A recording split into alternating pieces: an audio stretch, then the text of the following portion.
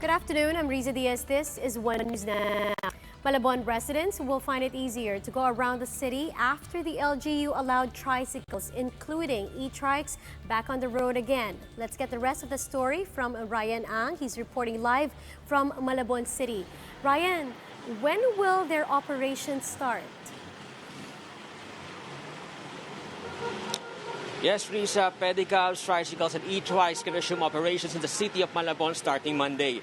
But they're only allowed to ply the streets from 5 a.m. to 8 p.m. Drivers, though, will need to secure a permit or a right to operate during the modified ECQ from the city's Public Safety and Traffic Management Office. The LGU, as a reminder, only units with plate numbers may apply. Malabon will also employ an odd-even scheme for these vehicles. Plate numbers ending in odd numbers can only operate on Monday, Wednesday, and Friday. Those whose plate numbers end in even numbers can operate on Tuesdays, Thursdays, and Saturdays. For e-trikes, their operations will be dependent on the ending of their body numbers. There will be no trips on Sundays. The city expects drivers to disinfect their units on these days. The special permit also has a printout of the fare matrix. This should be posted on the vehicles while they're out on the streets. Based on the city's guidelines, pedicab and tricycles can only accommodate one passenger per trip, while e-trikes may allow up to 3 passengers on board. Only point-to-point trips are allowed. Plastic dividers should also separate drivers from passengers. Each unit should provide alcohol or hand sanitizers. Drivers are also required to provide boxes for passengers to drop their fares. Drivers and the passengers are also required to wear a face mask. Drivers are required to secure a health certificate from the barangay. Units must also be cleaned twice a day.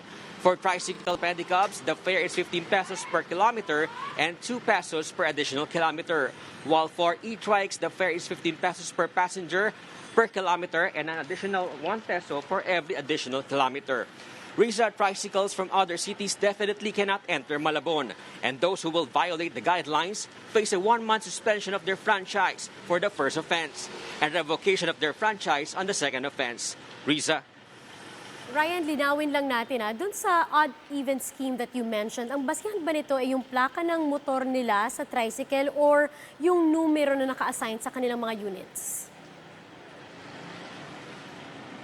Yes, Risa, ang magiging basis nga ng LGU ay yung yellow plate ng tricycle. And para naman sa mga e-trikes, yung body number. Yun yung kanila magiging basihan para sa odd-even scheme.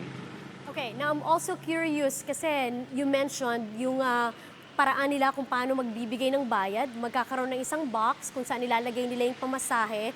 Paano kung sakaling kinakailangan nila ng sukle? So yung pasahero din ba yung kukuha dun sa box na yon? Yes, Risa, there will be 2 scenarios na posibleng mangyari. Pwedeng yung bayad ilagay sa cash box ng customer and then meron na doon mga barya na pwede na silang kumuha ng barya na may supervision naman ng driver para masigurado nga na tama yung sukle. And pwede rin naman na dahil nga may mga harang, di ba, na plastic yung tricycle from sa passenger saka sa driver, meron dumalit na butas sa pwedeng abutin ng driver yung cash box. So pag rinap nung customer yung kanyang bayad dun sa cash box, pwedeng kunin yun ng driver and in return, pwede siya maglagay ng kanyang sukle doon.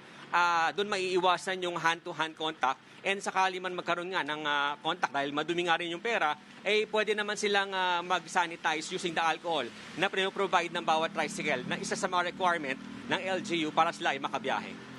Alright, klaro. Ryan, just one more question. We want to know, meron din bang limit yung number of tricycles and let's say pedicabs na mag-ooperate sa Malabon or basta ba pwede kang makakuha or makapag-apply basta meron kang plaka yung unit mo? Risa, kanina nakausap natin yung taga-PSTMO at wala naman siya nabanggit tungkol sa limit pero kailangan nga nila mag-secure ng rights para sila ay makabiyahe. And yun ay pinuntahan nga kanina ng mga presidente ng mga TODA, PODA and mga presidente nga ng Operators and Drivers Association ng mga e-trikes. Sila yung magkapasa ng mga pangalan at ng mga vehicle numbers o plate numbers para nga makasecure sila nung nung permit and sila na mag-distribute sa kanilang mga drivers. And yun nga, basta meron kang permit, ay pwede kang bumiyahe. Right, that's good developments for the city. Maraming salamat. That was Ryan Ang reporting live from Malabon City. Now here are other stories we're keeping our eyes on.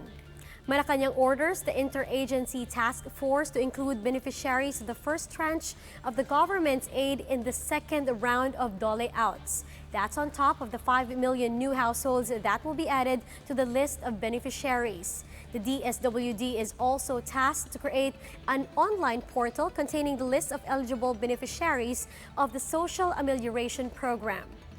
The DILG is ordering PNP to put up help desks in police stations nationwide that will cater to stranded individuals, both locals and foreigners, as well as returning overseas Filipinos. Now, these facilities will process applications for travel authorities that will be needed by persons who will wish to return to their homes. Now, only individuals with medical certificates from the LGU can apply for these documents.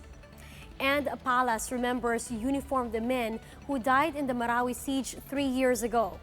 Malacanang says all housing units will be completed before the year ends. Vice President Leni Robredo also urges Filipinos to remember residents who still live in temporary shelters while the world grapples with the coronavirus crisis. For more updates, follow News 5, the Philippine Star, and Business World online. I'm Riza Diaz. We are One News.